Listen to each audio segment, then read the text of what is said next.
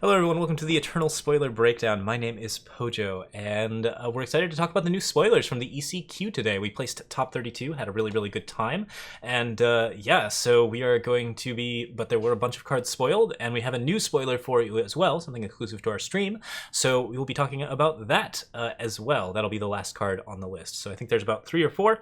Let me double check and make sure that the Reddit didn't spoil anything else real quick, just because sometimes random stuff happens, but I think we're good. Yeah, no, it looks like we're all okay. So okay, let's talk about these different cards. Lots of cool things up on the setup.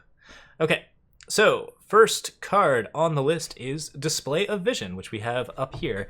Display of Vision is our second charm. It's the Vision charm, and it is 3 for a Time, Justice, and Shadow. Has 3 options. Enemy units get -1/-1 this turn, or play a power card of your choice from your deck. Important to note that power card is not depleted. And finally, kill an attachment on an enemy. So, killing an attachment on an enemy is weapons or relics, both of which are probably the things that you're fetching attachment destruction for in the first place. You don't get to kill curses with it, so you can't get rid of like a Zindel's Gift, but this is the kind of card that you have in a 3-color deck that makes, like, say, Cauldron Cookbook decks a little bit less viable because people will just have the attachment destruction on hand, which is really useful. Display of Vision is really handy if you're going for 4 or 5 color decks, because being able to play a power card of your choice from your deck at fast spell speed means that you can ramp and also fix for other colors, or you can fix for your double colors, your triple colors, anything that you particularly need. Display of Vision allows you to get a little bit more complicated, and so Vision is going to be pretty cool in that faction. I think that seems like it's going to be a really useful ability. Other things you can do with it is, like, if you're playing like really ridiculous control, you can Display of Vision and still have power left for a Torch, or a Savage Denial, or a Finest Hour, or some sort of fast spell trick, so you can like make tricks happen that are in the wrong colors, or that you wouldn't necessarily be able to do cool things with. And you do get Empower tricks as well. Secret Pages is, of course, a spell for Empower tricks in the first place, and Vision is the Empower setup. So we now have a cool Empower card that enables cool Empower tricks and seems very powerful and flexible. Versatility is definitely the name of the game here. This card is doing a lot of different things, and as a result, it's once again like another card that I think if you're in this 3-color faction, you're probably going to want to run a decent amount of copies of it. It might not be a 4 of, but it will definitely be a card that you run at least 2 of. So I think this seems pretty reasonable and looks like a really cool control card. Potentially a little bit more than that if you're doing some sort of like Empower shenanigans. Could get up to some really interesting things. Speaking of Empower shenanigans, we have a new mill card, Mournful Deathcap.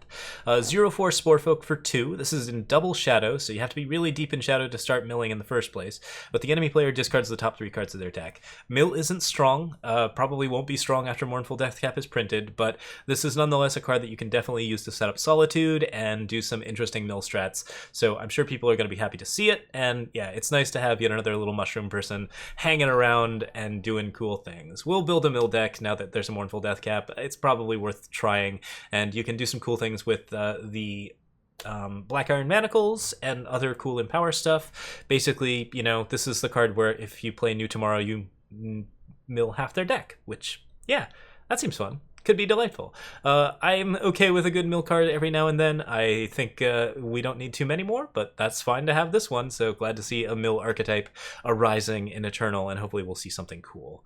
Okay, here's a big one. Dread. Charge, Lifesteal, and Pledge. At the end of the turn, sacrifice Dread, then draw another unit from your void. So obviously a pretty good scream target, but like, amongst other things, yeah, like if you want to do like Time, Shadow, Primal Scream, that is a really interesting archetype at this point, because this card is 4 damage to face, a little bit of lifesteal, and then you get something cool back, which is pretty sweet. Like, overall, this card is not like immediately powerful. You have to actually make sure that you are playing it into not removal, which means using sabotages and devastating setback to clear your opponent's stuff, but that's something you're doing in Shadow anyways. You have to be able to make sure that it doesn't die, and if it doesn't die, then yeah, you get some cool things from it. You can also cycle Dreads endlessly, like just play them over and over again, which in like Gauntlet formats and like more like formats that are a little bit removal light, that can be a lot of fun. Card's got some shenanigan potential. There's definitely some weird things that you can do with it, and the fact that it draws units from your void can be potentially very, very good good. So I think it's interesting. It's one of those cards that is like not targetable by slow spells and has some like sort of recurring nightmare potential. Nightmares in general have that sort of like annoying feel to them. So this is very similar to like the Gorgon Fanatic level, but also like recurring nightmare and some of these other things. It's very on theme. It's a cool card in Xenon. I really like the design of it. Like, it's a very cool looking nightmare. I actually think this is one of the coolest looking nightmares yet. And yeah, no, I think this card's crazy cool. Okay. We have a legendary, Zal Chi, Herald of War. Charge Entomb, play 2 4/4 Ruin Stalkers with flying. I don't know if we get anything sweet off of the Ruin Stalkers, but nonetheless, they are 4/4 with flyer, and this is a charge 7/5. So yeah, a couple of cool things that you can do in red, yellow, and blue, which already has some decent cards in that faction. Like, we actually have we have one of the only 3-color legendaries already, the new Curiox, so you can do some cool stuff with it, and that feels really, really good. Oh yeah, we did forget to mention that Dread has Pledge, so you can play it as either a Time or a Shadow Sigil. That means it's a fixer card for Xenon, so even if you're deep in Xenon, you can actually play it with like a Zindel and other stuff. That is important to mention. Okay, so Zal Chi, Herald of War, is pretty good damage, really, really good surprise damage in those 3 colors. Forces your opponent to stand a little bit like back and make sure that they have removal up in certain situations. Like the 4/4 Stalkers give you some interesting value and can do some cool stuff. I don't know, like, this card is really unusual. It is an Entomb, not a summon, so you have to decide whether or not it's worth it to kill Zal Chi or to just continue to chump block it. I think there are some interesting things going on with this card. I'm not sure if it's super powerful, but I'm interested to see it played and see if we can do some cool things with it. I like the design on this card. Like, the art on it's pretty interesting. It's got some cool sort of style to it. It looks very unique from some of the other stuff that we've seen, so I think there's some different artists on the Eternal team, and like Eternal Art has been knocking it out of the park for a while now, but this is still really, really nicely done. 2 more to cover. Resolute Monk, 3/1, Empower +2/2, and Overwhelm. This card is ridiculous, and I think everyone knows it. It is a 2-cost 3/1, which is not a terrible stat line, certainly not a common stat line for Ranked, but probably going to be a reasonable stat line for Ranked, considering that this card is just bonkers. Like, as far as Empower goes, like, this card attacks per 5 on turn 3, which is, you know, fairly ridiculous if you are trying to do some nonsense with Empower. If you are playing multiple Empower cards like Vision or other types of like Secret Pages or Find a Way or like anything where you can actually play multiple power over and over again, this card gets really, really nasty very, very fast. And of course, if you manage to do multiple effects with Empower, like if you want to do like a Minotaur Ambassador, this card attacks for just ridiculous amounts of damage. The Overwhelm is very, very powerful. The stat line is not great by itself, but the Empower ability is very, very strong. So this is a pushed 2-drop that's going to be fairly aggressive in time and should be a really, really fun draft card as well. Obviously, 1 health dies to a lot of stuff, so paying attention to cards like Lightning Storm and Torrential Downpour and Vara's Favor is going to be important again, because these are cards that will probably make a lot of lists. So yeah, this card looks really, really powerful. I'm interested to see what kind of influence it has on the meta, and yeah, I think overall that's going to be really, really solid. Yeah, and the other card that we missed was Golem Press. This one's really interesting. If you have no Steel Golems, 4/2, it's a relic. You may pay 2 to play a 1/1 Steel Golem with double damage. So this makes little dudes that are essentially 2/1s and really, really respond well to any sort of like justice-based ridiculousness. Like, you can do some insane nonsense with it, and yeah, overall it's going to be pretty solid. I think it's going to be a pretty fun card overall. Like, you get to do some good things with it, like you can make the cards flying, you can give them Finest Hour, you can do interesting rampage effects, you can play Enricano with like Overwhelm and Shugo Tactic and all of that nonsense. This card just generates endless cards that are very, very threatening to a spell-based deck. So if you're playing a Railgun's Disciple type setup, then this is something where you are just making dudes until your opponent really, really wants them to not make dudes.